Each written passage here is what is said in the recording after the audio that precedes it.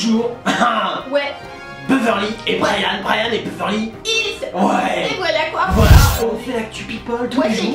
C'est-à-dire on prend des people, tu vois, voilà. et puis on raconte leur belle vie, on s'intéresse à leur vie, on les aime. Et alors avant on était des stand-up killers. Ouais voilà. On est toujours des stand-up killers. Toujours, mais par contre toi t'as pas oublié de dire qu'on fait du lundi au vendredi. Oh, on fait que du lundi au vendredi. Voilà. Parce que le week-end maintenant on a beaucoup de bah on est sur scène. Bah, voilà. On n'a pas le temps, on est au States toujours.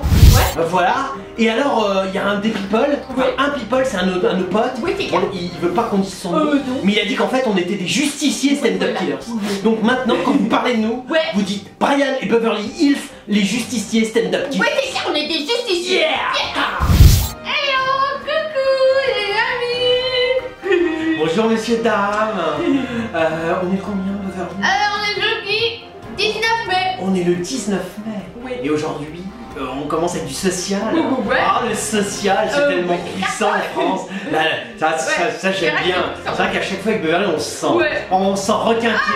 Et donc à Versailles c'est la ville où il y avait les rois, tout ça. Ils ont créé une petite association sympatoche. Et alors, ils aident pour les personnes en grande difficulté. Je veux dire, si t'es en moyenne difficulté, tu peux crever. Mais en grande difficulté financière, tu peux passer ton permis de conduire pour 250 balles. 250 €. Qui dit mieux? Et alors, non, mais c'est vrai. Alors c'est vachement bien. Bon, faut prouver que t'es vraiment RSA, tu vois, que t'es dans la misère sociale. Mais après, grâce à ça, t'as un permis de conduire. Et tu vois, tu conduis des belles voitures. Que tu peux pas te payer parce que t'es en misère sociale. Tu vois, donc tu peux pas l'acheter, mais au moins t'as un permis. Parce que c'est une honte, tu vois, en France, ça coûte vachement cher, c'est difficile, tu vois, à mort. Mais grâce au social, on s'en sort. Alors nous, on veut plus de social. Dès le début, je pense que là, on a des potes journalistes. Ah là, les mecs, ils doivent peut-être. Putain, vas-y, faut que je te baise, on parle social. Ah, ils doivent être en transe. Ah, on n'est pas vos copains, les journalistes. Ah, on n'est pas vos copains. Allez, breaking news. Alors, quelle est la taille du sexe de Cyril Hanouna? Alors ça c'est passionnant. Tu vois, j'avais dit, je l'appelais le pétoman oriental, ou je sais pas, la corne de gazelle débile. Enfin, tu vois, il a plein de surnoms. Et là, il arrive, il parle de sa queue. Donc pourquoi pas? Alors, est-ce qu'on a la taille? Alors, 17 cm. Très bien. Donc en érection, il est plus que la moyenne nationale qui est de 4,5. Ça c'est passionnant. Imagine quoi, ils mettent ça à la télé. Voilà, non bah tiens, nous j'imagine, vu le niveau de son émission, je trouve déjà que ça... Il aurait dû faire ce sujet-là il y a très longtemps. Et ce qui est marrant, c'est qu'il reste quand même un peu, tu sais, le côté un peu puant du c'est clair, tu vois, genre j'ai une top plus grosse que les autres. Tu vois, il se la pète. Après, faut voir comment tu t'en sers. Non, t'as fait deux gosses, mais il n'y a que ta femme qui pourrait nous dire si c'est valable ou pas. Tu vois, est-ce que t'arrives à placer ta petite raquette? c'est clair quoi. On saura ça plus tard. Tu vas nous faire un briefing toutes les semaines. Il y a Bruno Le Maire qui drague sur Tinder. Alors, attends, Le Maire, c'est encore un mec d'Hanouna? Ah non, pas du tout. Bruno Le Maire, c'est le... Ah non, c'est le blaireau politique. Putain, j'étais largué. Déjà qu'il est narc et tout. Oh merde. Ah putain, je suis largué parce qu'en fait, comme on soit tous de même niveau. Non, mais c'est vrai, politique, enfin, on fait plus le choix dans les people. Que le mec il ait fait un bac plus 80 en politique ou qu'ils soient en train de péter chez Hanouna. C'est les mêmes niveaux. Donc lui, il drague sur Tinder. Il chope ou pas? Bah, on sait pas, mais il estime qu'en petit comité, que la différence se fera entre ceux qui savent maîtriser Internet, en particulier les sites de rencontres comme Tinder et les autres. Soit tu sais maîtriser Tinder, soit tu ne sais pas. D'accord, mais quel rapport? Bah, par rapport, tu sais, lui veut se présenter et donc, parce que le mec qui sait maîtriser Tinder, il peut être élu. Bah, apparemment, Bravo, non, mais le mec, c'est lui qui est, tu m'as dit, énarque, machin. Non, mais c'est impressionnant. Bruno Le Maire, on l'a dit. Bruno Le Maire, je me rappelle maintenant. Ça me revient, le mec. Il a 4 enfants. Ah, dis donc, il se reproduisait. Remarque, c'est normal s'il fait du Tinder. Il a peut-être d'autres gosses. C'est bien, tu sais, t'as Grindr aussi. Ça pourrait être une nouvelle expérience. Ah, t'y penses, t'en parles. C'est clair. Il y a Laetitia Casta qui laisse entrevoir sa petite culotte sur le tapis rouge. Bon, ça a déjà été fait beaucoup de fois. C'est fait. Je veux dire, la culotte, les nichons. Non, moi, de toute façon, je vous le dis à chaque fois, on est à une époque où vous pouvez plus rien faire. Tout a déjà été montré. Même les journalistes, ils veulent l'écrire parce que c'est quand même leur truc, ça parle de cul, de pique de chat, ils sont à fond, c'est leur niveau, tu vois. Mais là, Casta, non, il n'y a que la caméra vaginale, c'est le seul truc qui reste, tu te fais introduire un truc et on voit l'intérieur. Ça n'a pas été fait. Il y a Vanessa Paradis qui va jouer au cinéma bientôt avec Joe Star. Oh, alors ça tu me réserves une place. Ah putain, Joe Star et Paradis dans le même film. Ah non, mais alors là, de la cocaïne et de la baston. Ça, faut me réserver une place, putain. Qu'est-ce que c'est bien. Oh, c'est top. Il y a Sophie Fabier qui revient sur son passé de potiche. Elle dit je pleurais sous ma couette. Voilà. Ça c'est passionnant. On va peut-être zapper. Vraiment, c'est trop inintéressant. D'accord, c'était dans les Coco Girls. D'accord. Non, on peut passons. Ah, n'hésitons pas. Il y a Olivia Sayas. Ça c'est un réalisateur pour Cannes. Alors ça faut faut pas toucher. Non, ça on touche pas. Ça, le mec, il arrive à Cannes chaque année. Oh, t'es qui? Je suis Olivier Assayas, je suis Cannes. Le mec, c'est Cannes. Il reçoit tout de suite, on lui donne une panne dès qu'il arrive. Il dit, j'ai pas de film en compétition, c'est pas grave, t'as une panne.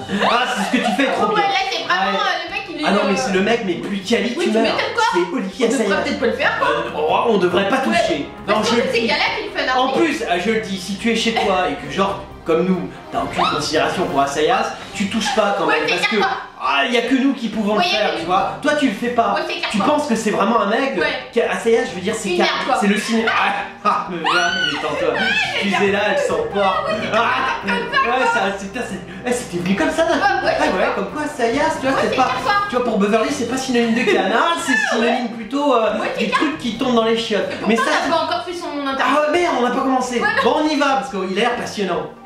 En fait, il explique qu'il aurait pas pu faire son film sans Kristen Stewart. D'accord, oui, on l'a vu en train de l'échouiller. Ouais, tu sais que c'est une broute de gazon. Lui, il est bon. Ah ouais, mais c'est une broute de gazon. Ah ouais. Ah, il va pas réussir à se brouter. Non, je te le dis, ça y est, tente pas le coup avec Stewart. Par contre, si tu mets une petite pelouse sympa, elle peut tondre ça rapide. Parce que donc, Gala lui demande s'il a fait un pari audacieux en vous lançant dans le registre du thriller. Oh la vache. Alors attention, qu'est-ce qu'il répond? Il dit, j'ai toujours eu le sentiment de faire des films qui flirtaient avec le fantastique. Je me suis demandé ce qui se passerait. Bon, voilà. Ce qui nous embête, nous, en fait, c'est que tu aies le sentiment de faire des films. Ouais, c'est clair. Non, parce que. Je comprends pas comment tu peux en faire. Voilà, et pourquoi? Il y a peut-être d'autres métiers passionnants. T'as déjà vendu des oranges. C'est super sympa. Ouais, mais là, il explore le thème de la schizophrénie. C'est voilà quoi. Son film s'appelle Personal Shopper. Bon, bref, on s'en fout. Pourquoi les gens. Non, mais. Parce qu'il a fait une thèse, lui. Ouais. Il a écrit un mémoire de maîtrise sur les liens entre l'ésotérisme et la poésie symboliste au 19e. Non mais Assayas, fais ce que tu sais faire, putain. Va à Cannes, prends une palme et casse. Voilà. Pourquoi il tente des trucs compliqués? C'est marrant, le pseudo-intellectuel en France a cette, comment dire, il a honte de lui. Donc il veut toujours faire des films intello que personne regarde. Mais personne regarde ton film de merde, ça fait quoi quand tu fais la photo quoi. Exactement, et en plus tu traites ça mal parce que t'as pas le niveau pour. T'es con quoi. Bah bien sûr, mais il s'en rend pas compte, Beverly. Remarque là, peut-être que maintenant Beverly te l'a dit. Écoute, tu vas comprendre. Ouais, écoute Beverly, c'est vrai, elle est gentille, elle essaye de voir le moi profond des gens. Bref, du coup, il explique, voyez-vous comme une muse Kristen Stewart? Alors il dit, j'ai toujours été inspiré par une actrice. Donc il était inspiré par Juliette Binoche, lui. Oh putain, ça t'a inspiré? Asia Argento. T'es un pervers, toi. Ah ouais? Asia d'Argento, je vois ce truc. Ah ouais, c'est tous les mecs qu'il a. Ouais, c'est la fille d'un réalisateur argentin. Ouais, ça vous broutez un peu dans ça.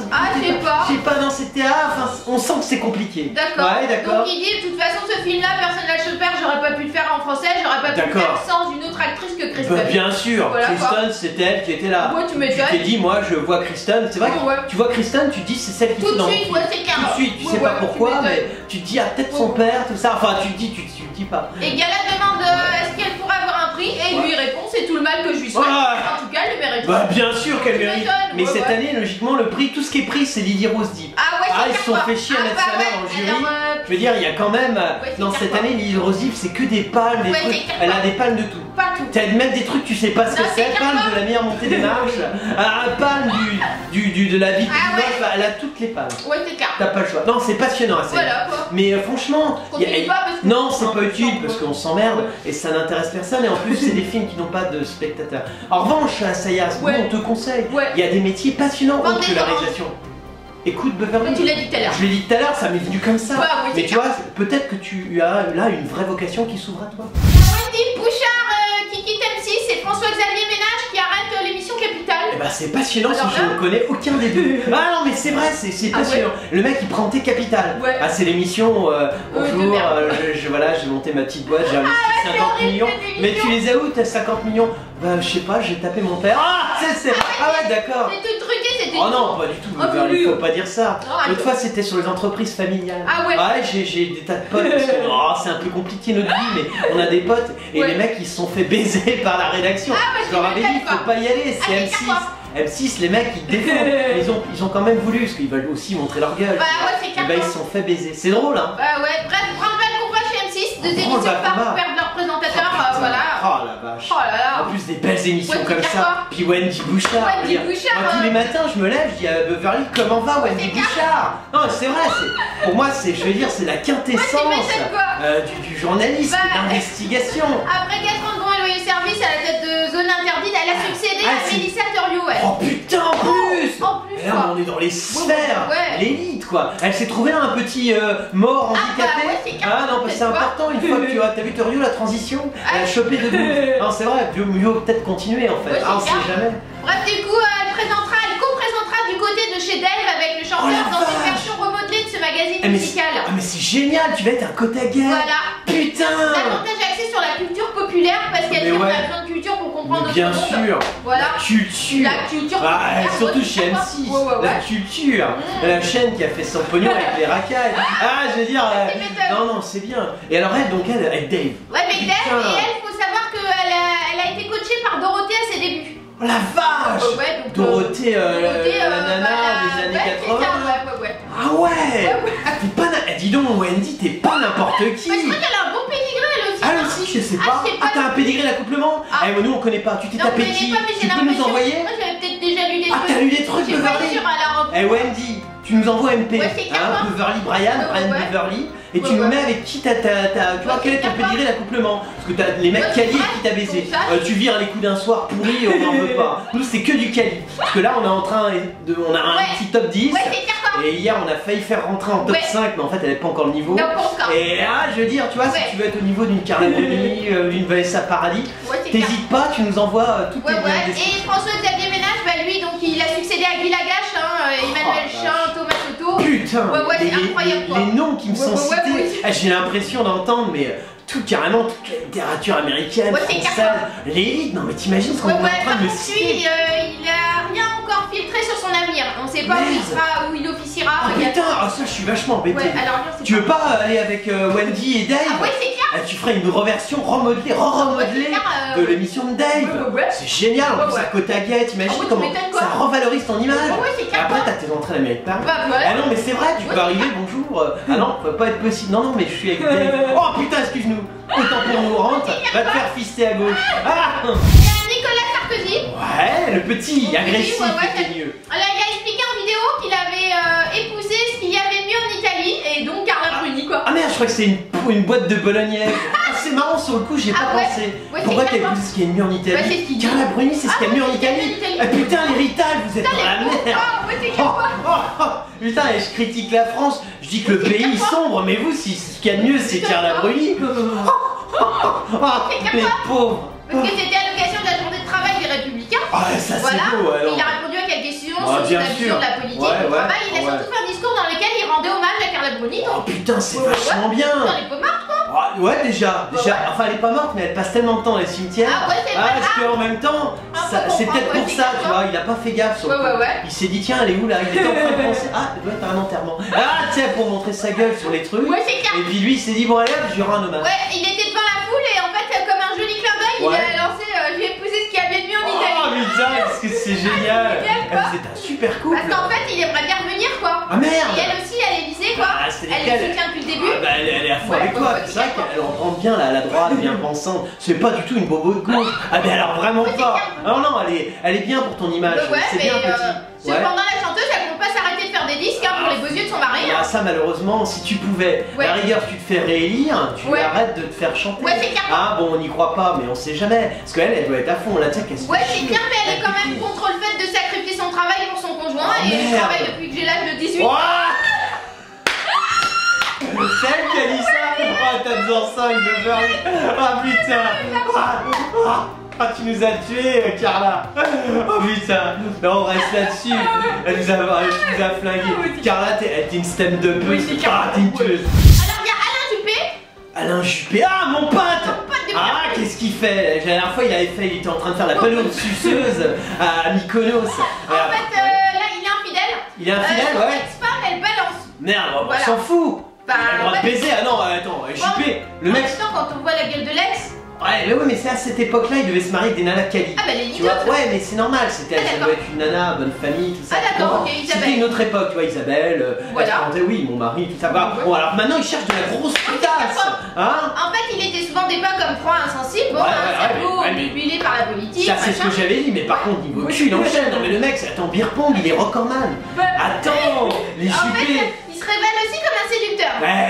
C'est pas un séducteur, c'est plutôt un baiser. C'est un gros show. Non, mais moi je le connais. Mais elle a pris ton ex qui parle de lui. Ouais, mais son ex, déconne, Beverly, c'est pas un séducteur. Le mec, il baisse tout ce qui. Attends, c'est un mec, c'est un gros show. Non, mais ça, attends, y a pas une partouze qui se fait. T'arrives dans une partouze, t'es là, bonjour, ça commence. Non, on attend juste. Ah non, mais quelle qu'elle soit. Le mec, ouais, mais il vient pas ce soir. Ah merde, on va devoir annuler. Ouais, ils annulent les partouzes quand il y a pas Juppé. Bon, mais elle a expliqué qu'il était incapable d'aimer, bon, et qu'il apparaissait sous les traits d'un homme d'une intelligence rare, romantique au point d'écrire des poèmes, handicapé des sentiments. D'accord, mais il est pas handicapé de la queue. Et ça, je peux te dire. Ah non, mais ça se sait dans le milieu. En fait, elle était jalouse, et en fait, ce qui s'est passé, c'est que lui, il a expliqué qu'il était toujours un peu en état de séduction, qu'il cherchait à plaire, ça c'est pas, il est en état plutôt d'érection. Non, mais c'est marrant comme quoi il mélange les termes. Ah non, c'est marrant qui a fait cet article. Oh, bah c'est Closer. Ah, Closer, mais pourquoi vous mélangez? Elodie Mandel. Mais Elodie, ma chérie, pourquoi tu mélanges les termes? Juppé, c'est un sexuel, c'est un politique. Non, mais il a expliqué qu'il aimait bien regarder une jolie femme. Ah, il aime bien mater, bien sûr, t'entends ça, il fait chier. Ça a souvent été un sujet d'incompréhension avec Isabelle au départ. Je lui ai dit, c'est pas parce que j'aime regarder les femmes que je vais te tromper à tout bout de champ. Je revendique le droit de regarder une jolie femme, ça donne du plaisir. Ah, c'est après, il essaie de baiser Isabelle. Ouais, alors Isabelle est contente. Mais Isabelle, ça a raison, il se fait sa gueule. Non, il aime bien mater. Genre de Gouinas qui se pointe à le bout de gazon, il est à fond. Avec sa petite caméra comme ça. Tu sais, il s'est même greffé une GoPro dans le cerveau pour voir mater. Ah non, non, c'est un show. Ah, mais arrête, il va se présider. Putain, ça me ferait trop plaisir. Attends, c'est génial s'il se présente. Imagine, tu l'as comme président. Mais t'imagines, la France, ça a baisé partout. Des partout, du beer pong. Alors, on va s'éclater. Et puis sa fille, elle est à fond, hein, je sais. Elle prend la relève. Ah, c'est des bons les Juppé. Juppé président. Ouais. Alors, vous êtes des millions à nous adorer. Ah oui. Et alors, ce qui est marrant, c'est que dans les millions, la majorité, c'est des people. Ah, les people, ils nous aiment. Ils nous écrivent des tas de trucs et ils se disent, mais comment on fait pour retrouver Beverly et Brian sur les réseaux sociaux? Alors, on est sur Twitter. Hein, si vous nous aimez bien. Genre, vous êtes un people, vous pouvez faire dièse et le nom du people que vous êtes. Et là, vous nous trouvez en général. Tout de suite. Voilà, alors on est aussi sur Facebook. Ça, c'est si vous voulez nous parler, genre, des petits MP. Comment tu vas, Brian? Quand tu vas Beverly? Nous on répond super, les people. Et toi, comment tu vas? Ta vie est toujours aussi à chier? Voilà, alors on est aussi sur Dailymotion, on est sur YouTube, on est sur WebTV, on est, enfin en gros tu mets internet et tu t'apprends tu nous trouves partout. Et nous, bah, on aime les people, on aime les gens, je sais que vous êtes tous les jours de plus en plus nombreux. Et bah on est là et on vous aime aussi. C'était l'actu de Brian et Beverly, les justiciers stand-up killers. Si tu as un people, donc tu veux en parler, tu veux que nous analysions qui il est vraiment, contacte Brian et Beverly Hills, les stand-up injusticiers. Oh bah ouais, Beverly l'a oublié, on est des justiciers stand-up killers.